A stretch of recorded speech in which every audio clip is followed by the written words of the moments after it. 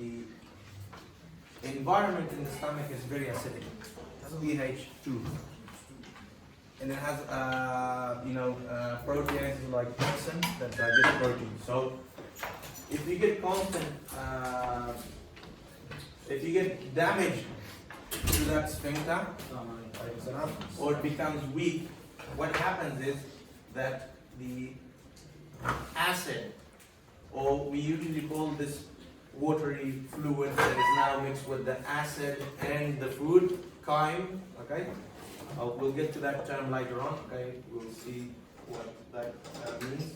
But it's basically the mixture of the stomach juices with the food.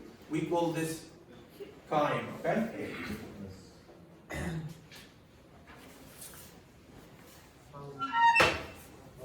So sometimes what happens is that the sphincter gets weak due to different conditions, which I will talk to you about.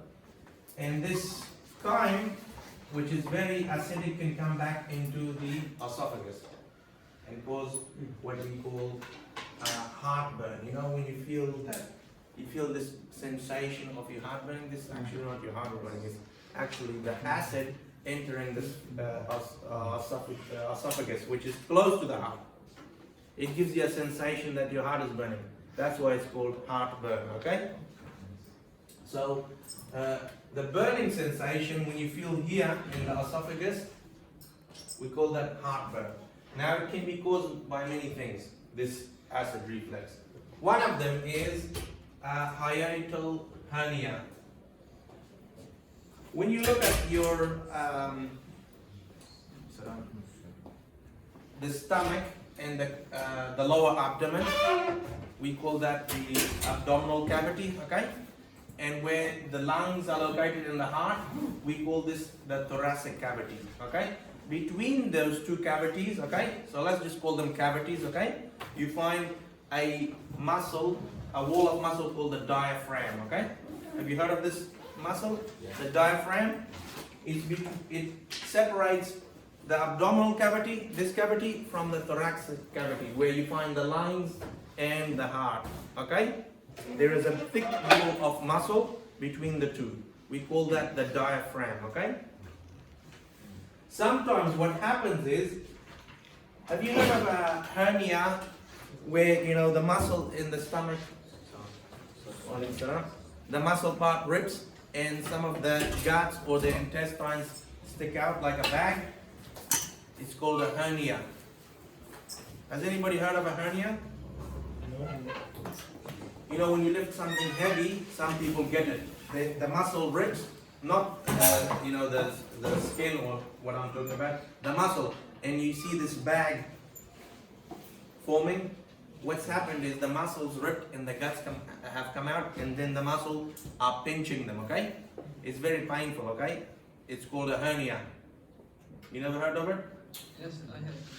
What is this in Arabic? Do you know? No. You don't know? I know. Yeah, this hernia. Hernia. Okay? Well, what happens is, basically I'll explain to you what happens with this hernia, okay? You know the diaphragm that separates the two cavities? Sometimes what happens is that the muscle rips and then the stomach goes into the thoracic cavity and then it holds it tight. So it puts pressure on the stomach. Basically putting pressure on the stomach. If you put pressure on the stomach, you squeeze it, like squeezing a balloon and putting pressure on it.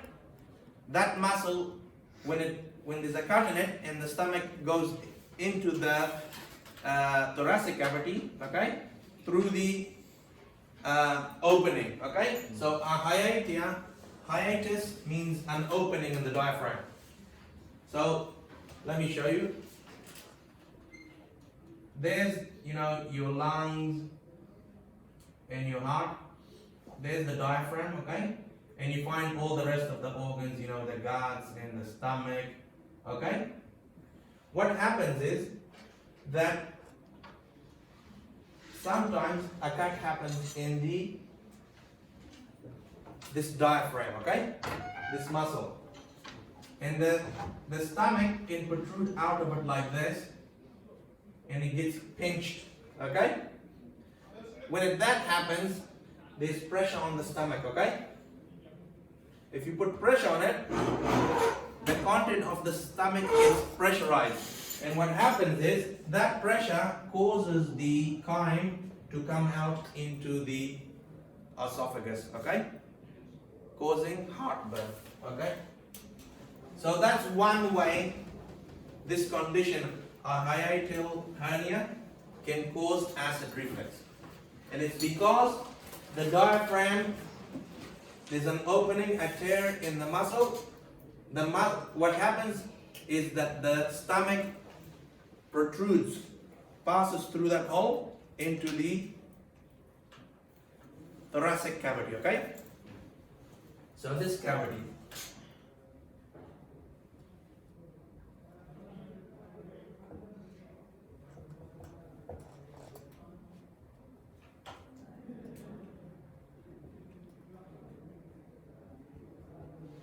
So this is the abdominal cavity, that's the thoracic cavity, and this.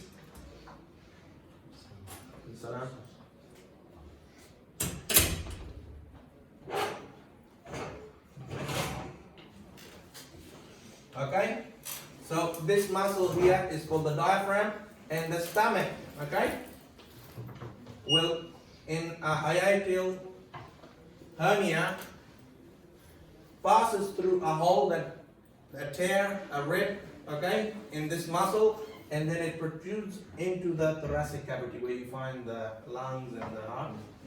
And this causes squeezes at this point and putting pressure on that. So what happens is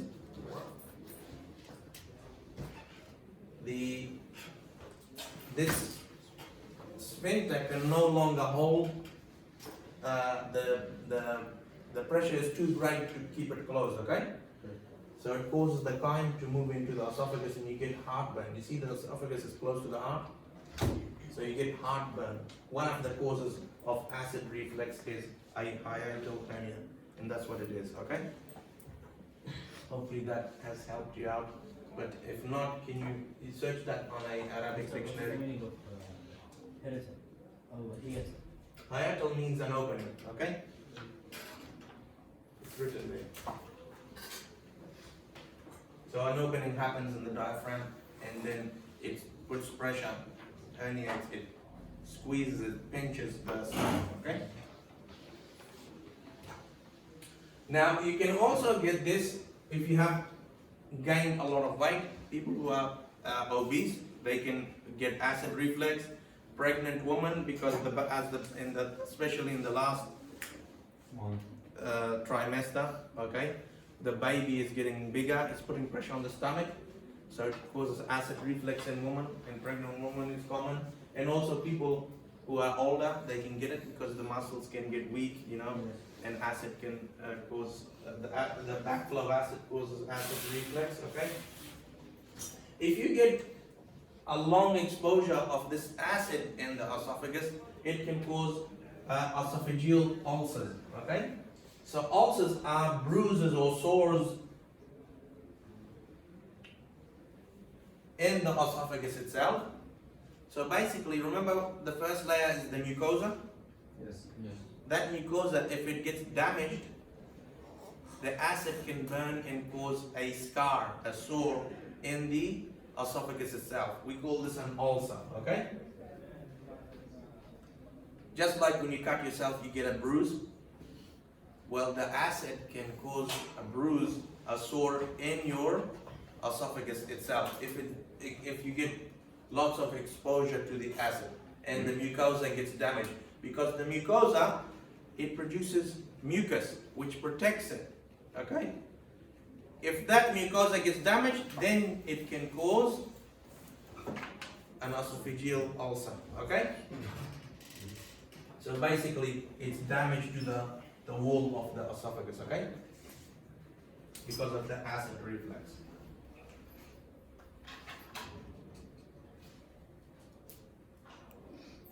If you didn't understand this one, just search that on the Arabic dictionary I gave you last time.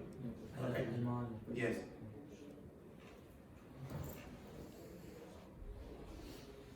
Okay. Esophageal ulcers. Also, So when you get lots of mucosa gets damaged, you get esophageal ulcers, okay? Because of the acid reflux, okay?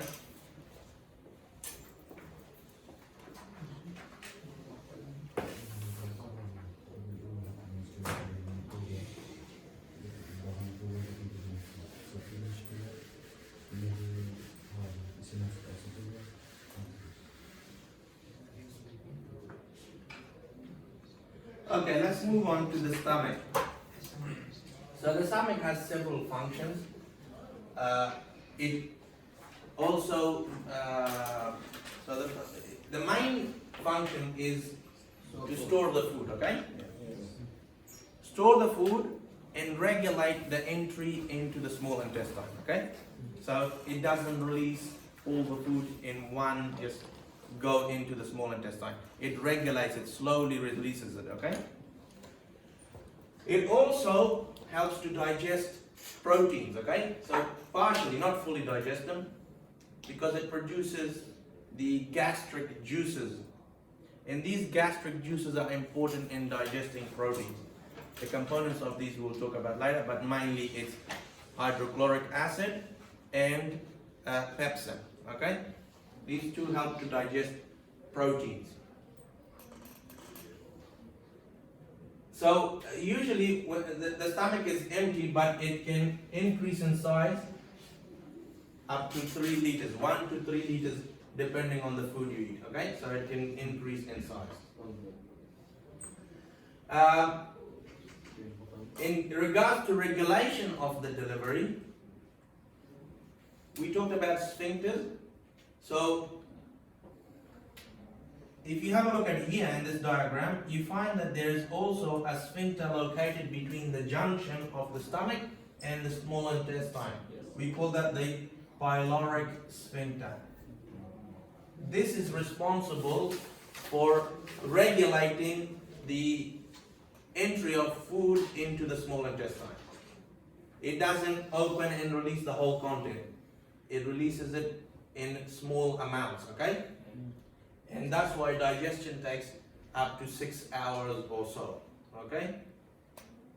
So the stomach, it stores temporarily the food, it helps to digest it, specifically the proteins partially, and it regulates the entry of the chyme, okay, which we talked about later on, into the small intestine using that pyloric sphincter, okay?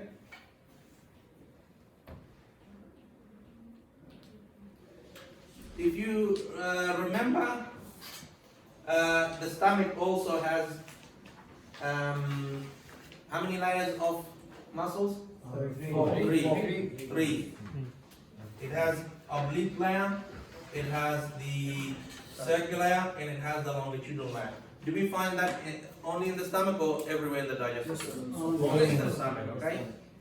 So the stomach has these strong muscles because it helps it in movement, okay?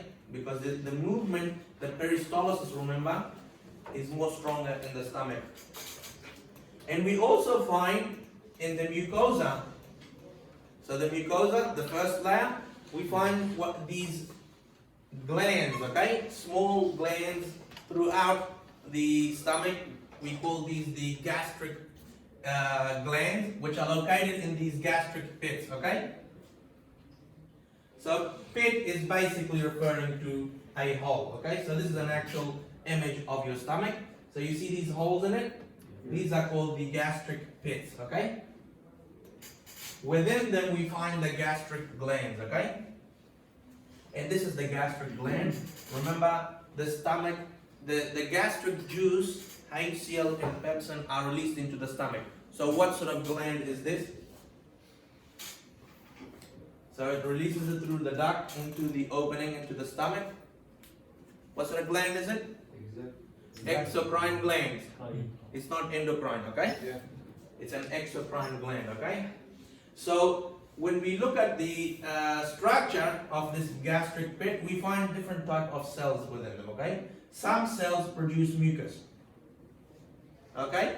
The mucus is important to protect the lining of the stomach, so it doesn't get damaged by the HCl and the enzymes that it produces.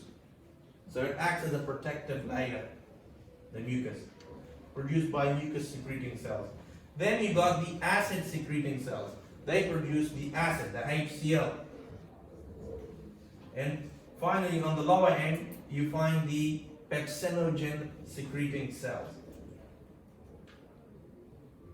Pepsinogen is the larger precursor molecule from which pepsin is made, okay? Pepsinogen usually is inactive, okay? It becomes activated once it's exposed to HCl. It converts pepsinogen into pepsin, okay? So the cells produce pepsinogen, it reacts with HCl, HCl then converts the pepsinogen into pepsin, okay? If you have a look at these gastric pits, depending on the food you eat, if you're eating food or not, you can produce up to 1 to 2 liters of this gastric juice that help in the digestion of the food. So the gastric pits are very active. They produce a lot of gastric juice depending on, when you're eating, okay? The amount of food you're eating. And it produces it immediately after eating, okay?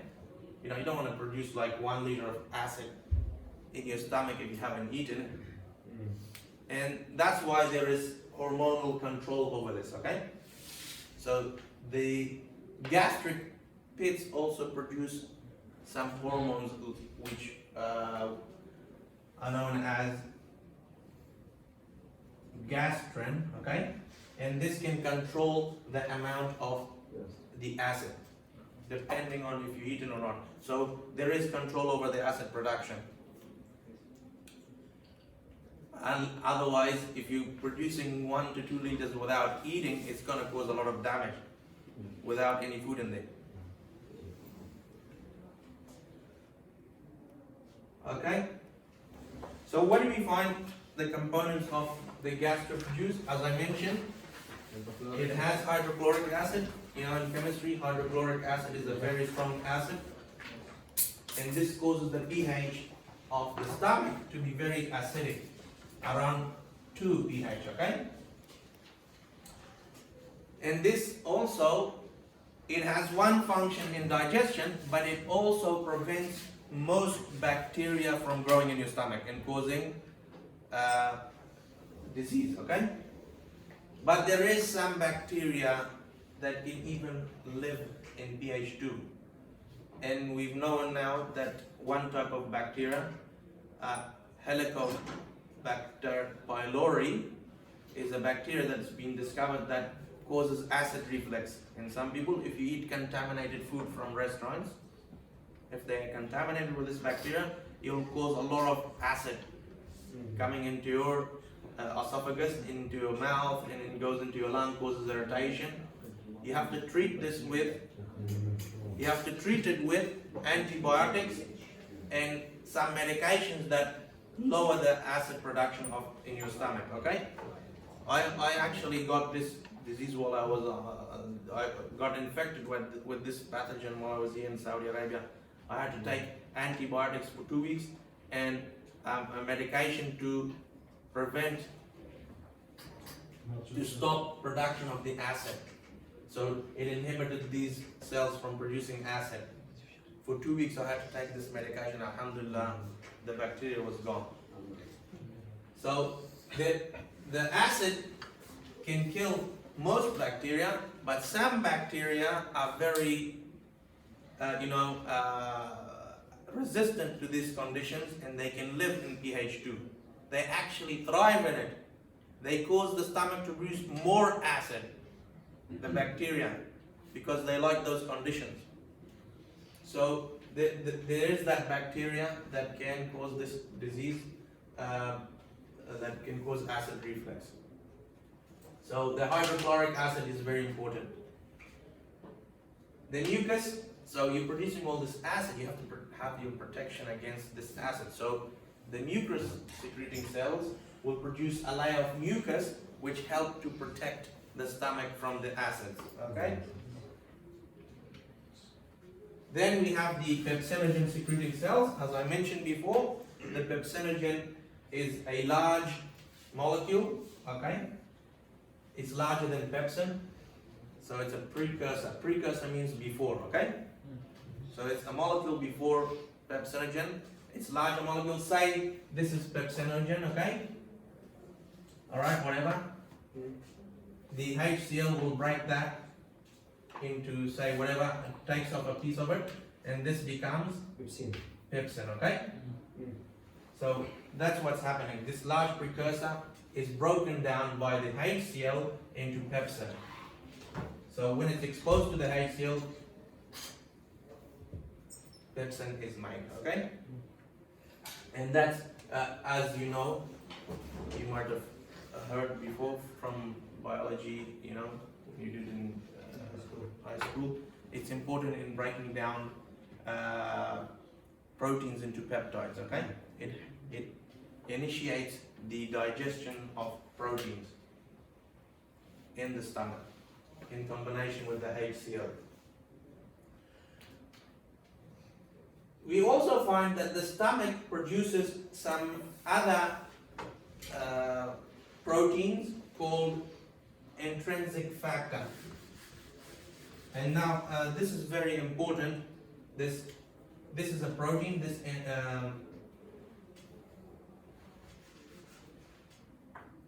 This intrinsic factor.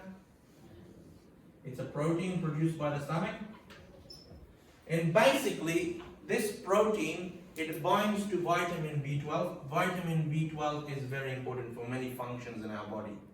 Have you heard about this vitamin? Vitamin B12, you find it a lot in the red meats. You don't find it in vegetables, so that we get this from the meat that we eat. It's very important in metabolism in our body, specifically DNA synthesis. And also, it has other functions, but the two important one is DNA synthesis. It makes some of the nucleotides. It helps in the production of the nucleotides. It also helps in the production of red blood cells. Okay, so it's important in DNA and the production of RBCs. Okay,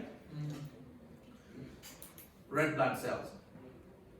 So this intrinsic factor, it binds to the vitamin B12 that we have eaten, and this helps it to get absorbed, taken up in the small intestine, okay? If this doesn't bind to that, if we don't make this, you will not absorb, you will absorb only small amounts of it. And this will cause a deficiency. It means you will have lower amounts of vitamin B12 in your body. It can cause sometimes different problems, anemia, and it needs to be treated, okay? People who don't produce intrinsic factor will get deficiency in vitamin B12. Alright, so I'll just give you a little background on that. But the most important thing to remember here is that intrinsic factor, it binds to vitamin B12 and it helps to get absorbed in the small intestine. Alright? As I mentioned before, these secretions are all exocrine, okay? There is some endocrine function in the gastric pits, okay? These cells that produce this hormone gastrin. And gastrin is responsible for stimulating the release of more gastric juices, okay? So, after you eat, your body, your stomach will start producing gastrin, okay? That gastrin stimulates the release of more gastric juices. And when we learn later on about the endocrine system works with a negative feedback loop, okay? What happens is, if too much of something it causes to be released, it can inhibit the hormone itself, okay? So, the gastrin causes gastric juices. Once there's a lot of gastric juice, it inhibits the production of gastrin to regulate the gastric juices, okay? We will learn more about that in the endocrine system, about negative feedback loops, okay? But for the moment, you don't need to know that. What you need to know is that the hormones gastrin produced in the gastric pits regulate and stimulate the release of gastric juice. That's one of the functions. It has many other functions, but we will not learn about those, okay? Is that clear? Yes. So, as I said, digestion of protein starts in the stomach. And when we have a look at it, the pepsin and acid is responsible for breaking down proteins. We find proteins in many things, like the meat we eat. Okay, in the meat we find, in the beef, connective tissue. Connective tissue is made up of protein fibers. What sort of protein fibers? Elastin, collagen, so the reticular fibers, collagen fibers, elastin fibers, all these make up the connective tissue, okay? So it's made up of proteins. So the pepsin and acid help to digest the connective tissue and digest proteins into peptides, okay? It doesn't produce amino acids, okay? That happens later on in the small intestine. The enzymes to make to break down dipeptide bonds is not available in the stomach. What it does is makes peptides, okay? So the gastric juice and the acid help to digest the proteins. Connective tissue, whatever, alright? The mixture I told you about, remember the chyme? Yes. So the chyme is a mixture, it's very watery, so it's not solid or it's not very hard. It's a watery substance because the food has now mixed with, say, 1 to 2 liters, say, depending on the amount of food you eat, of gastric juice. And this solution is called chyme because it's the food mixed with the gastric juices. We call that particular scientific term chyme, alright? And as I mentioned before, this chyme, the entry of the chyme into the small intestine is regulated. It's controlled, okay? Controlled by what? This pyloric sphincter. This sphincter, okay? So you see it's closed. When you want the food, the chyme, okay? It relaxes and lets small amounts into the small intestine, okay? So it regulates the rate of transport from the stomach to the small intestine. It controls. That's what regulates means.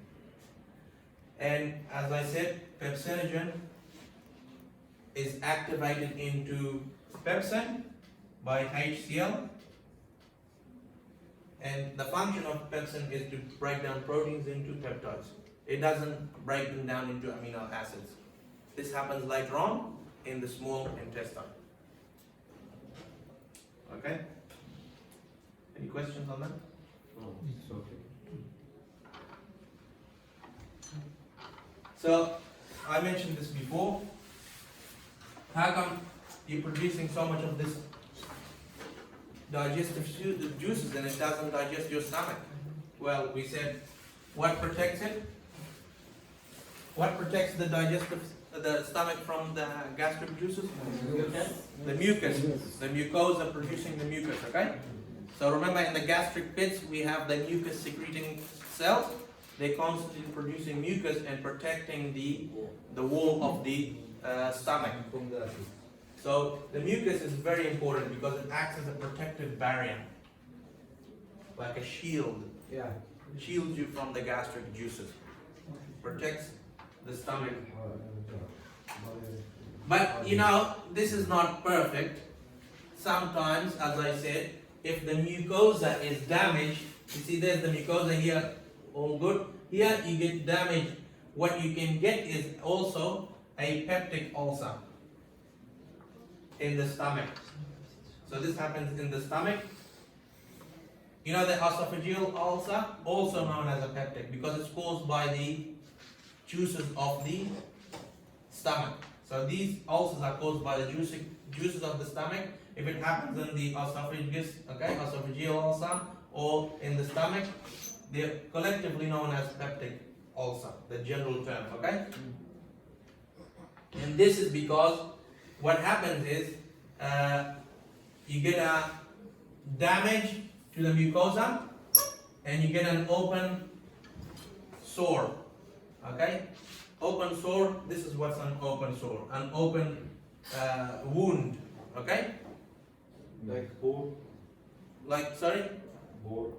Like a hole, you know, yeah, it doesn't heal. It's not healing because constantly what's happening is the acid is produced as you eat. The acid is constantly causing damage, so it's not healing properly. That's why it's an open sore. You know, when you get a cut, after a while it gets covered and gets better. Yeah. This one, it's an open sore. It's always, the acid is always preventing it from healing properly. So that's why it's called an open sore. And this Chp14. Chp4 or 5? Yes. 4.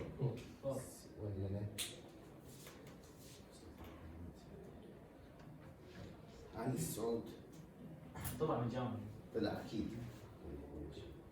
وعبد الله من زار الهاشم نفس الشيء محمد عبد الكريم الشمالي ما جوش بفصل النهائي هذول ثانك يو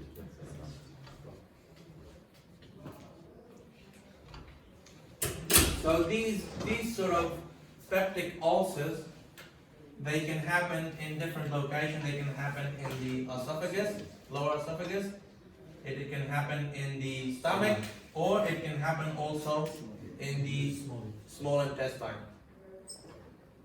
due to damage to the mucosa. Okay, so the mucosa protects the lining of the GI tract. If you get damage to it, the acids and the juices can cause these peptic ulcers. All right.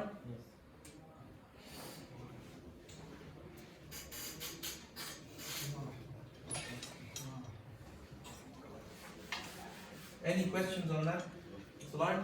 Yeah. Clear? So the mucosa is very important, basically. Yeah. Without it, you'll get all these problems of peptic ulcers.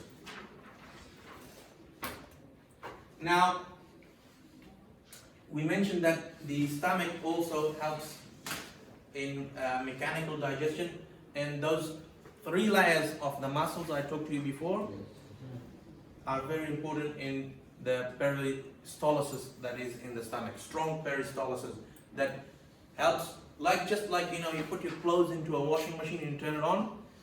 If you don't turn it on and you put the powder, the washing powder in there, it doesn't turn. Will you clean your clothes? No. Probably take, if it does clean, it'll take probably weeks.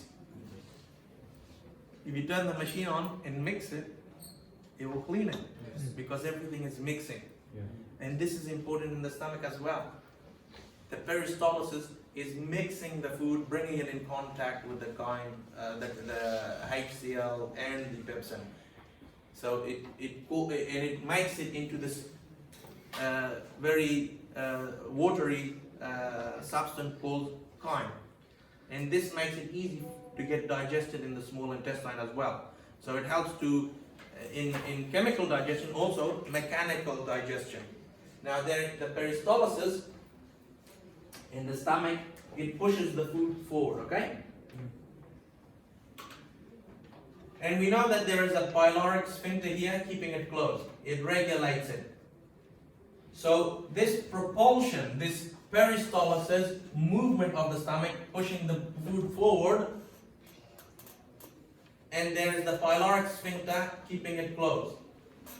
Now, when this happens, when this movement happens, only a small amount of the chyme is allowed to pass through. But the rest then pushes backwards, okay? So this constant movement is mixing the food. And it's allowing for small amounts of the food to pass through as the pyloric sphincter opens into the small intestine to be further digested. So the peristaltic movement of the stomach is important in mixing the food and also allowing it to move forward. And the pyloric sphincter regulates that movement. You got that? So the peristalsis in the stomach, what is it doing? When you get contraction, that wave-like movement moves. You know, just holding something and squeezing it and pushing it like that, Yes. it will move forward. If there's an opening there, it will go through. Otherwise, if it's water in there, it'll move backwards, okay? If it's closed on that end.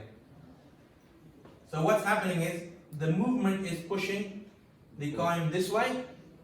The pyloric sphincter is closed. Now, as it's moving this way, the pyloric sphincter can open and release some, but not all of it. And the rest moves back, okay? As you can see with these arrows showing. And this constantly happens, mixing the food with the gastric juices and releasing some into the small intestine for further digestion. So that's what's happening in the stomach, and this continues up to 2 to 6 hours, okay, to completely empty it. Now, the absorption mostly happens in the intestines, but there is some absorption of substances in the stomach. Although it doesn't have any of the transport machinery, okay? Now you need proteins for transport, you need, different mechanisms that you learned in chapter 3, remember? The stomach doesn't have those mechanisms to transport the nutrients. But some nutrients are water soluble, they can move through into the stomach by simple diffusion. Remember? Non-polar molecules like oxygen, carbon dioxide, urea, these things can move through by simple diffusion. They can move through. You see, if you have that bilan, okay? Some, like oxygen, can move straight through. It doesn't need a protein molecule to move it, okay? Water, it cannot move straight through. It has to move through a channel. So this is polar. Potassium. Potassium ions, sodium ions, all these are polar. They have to pass through a channel. Potassium and sodium. Yes. Like this. The basic thing I'm saying is that they need proteins, okay? Yes. In the stomach, we don't have those for the different, amino acids or carbohydrates, whatever. If molecules are absorbed, they will be absorbed directly through the By the same one. plasma membrane, okay? By simple diffusion.